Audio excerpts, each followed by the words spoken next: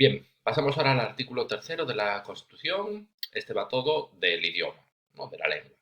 Y es un artículo que en un primer momento puede parecer bastante facilillo, pero tiene dos, tres detalles que son interesantes.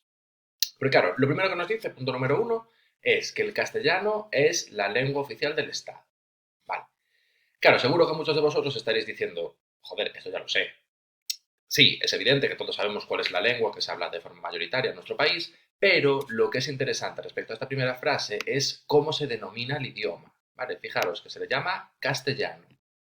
¿Por qué os digo esto? Porque he visto alguna pregunta que te metían como opción falsa que el español es la lengua oficial del Estado. Vale, y fijaros, a ver, castellano y español, vengan a ser lo mismo, nos entendemos en el lenguaje coloquial, pero a efectos de un examen de una oposición, daros cuenta que la literalidad de la Constitución nos habla del castellano, no del español. Vale, eso es lo primero interesante. Y luego, segunda frase de este punto primero, también interesante, porque nos dice que todos los españoles tienen el deber de conocerlo, el castellano, y también el derecho a usarlo. Vale, esto interesante sobre todo la parte relativa al deber, porque lo de que todos tenemos derecho a usar el castellano, bien, eso más o menos sabido. Pero lo interesante es lo del deber de conocer el castellano. Interesante por dos motivos.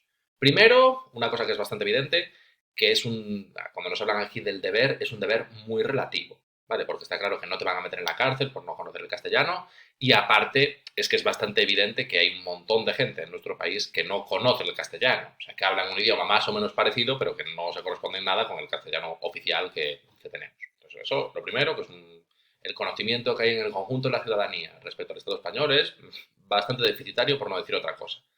Eso es lo primero.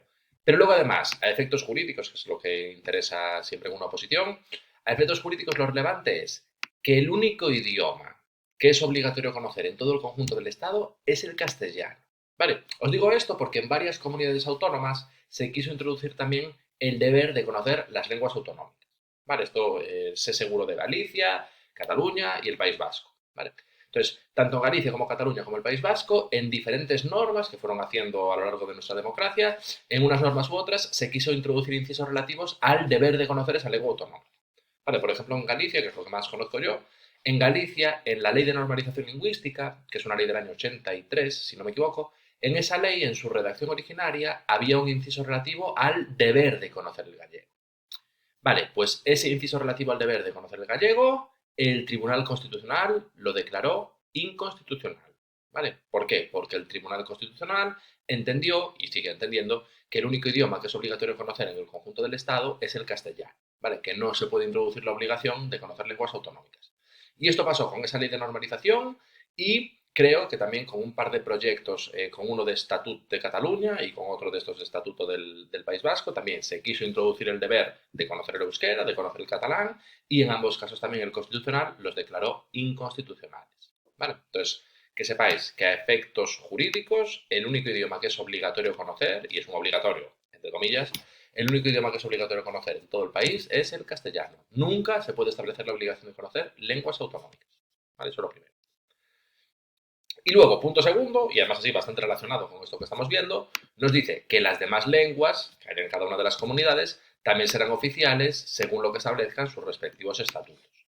Vale, aquí por ejemplo en Galicia tenemos que la lengua propia de Galicia es el gallego, pero luego el castellano y el gallego son ambas lenguas oficiales.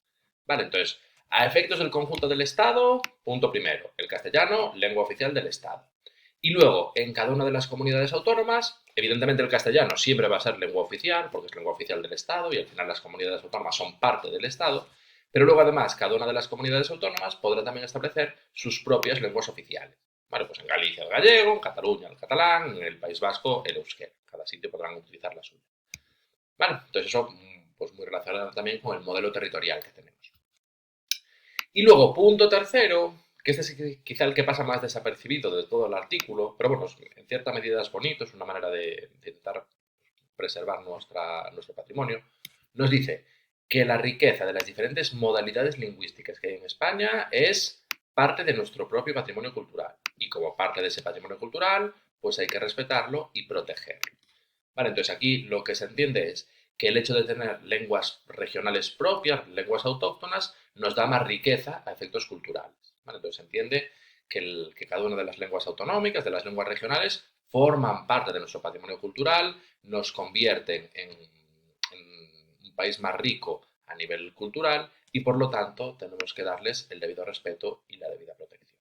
¿Vale? Y esto pues, a veces se olvida, pero no deja de ser un precepto que está escrito en la Constitución. Y de hecho está escrito en la Constitución en el mismo título en el que está, por ejemplo, la indisoluble unidad de la nación española. Y ahí lo